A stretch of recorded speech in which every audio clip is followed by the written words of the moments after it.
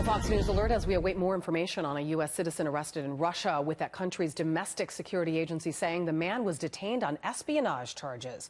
Rich Edson is live in Washington with more on this story. Hi, Rich. Hey, Julie. The Russian Federal Security Service says authorities caught an American in Russia in the act of spying. The FSB says it arrested on Friday a U.S. citizen it identifies as Paul Whelan. A Russian state outlet says if he's found guilty, he faces 10 to 20 years in prison. Russian authorities have provided no further information on the American's arrest. A State Department spokesperson says, quote, "We have been formally notified of the detention by the Ministry of Foreign Affairs. Russia's obligation under the Vienna Convention require them to provide consular access. We've requested this access and expect Russian authorities to provide it." 2 weeks ago, a Russian citizen, Maria Butina, pleaded guilty to acting as a foreign agent to promote Russia-friendly policies in the United States. The Russian Ministry of Foreign Affairs claims Butina is a political prisoner of the U.S.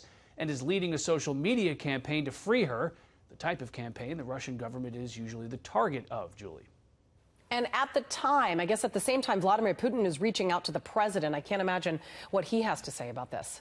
Now, the Kremlin says President Putin wrote a letter to President Trump with a Christmas greeting. The Russian president's office says, quote, "Vladimir Putin stressed that Russia-U.S. relations are the most important factor behind ensuring strategic stability and international security, and reaffirmed that Russia is open to dialogue with the United States on the most extensive agenda."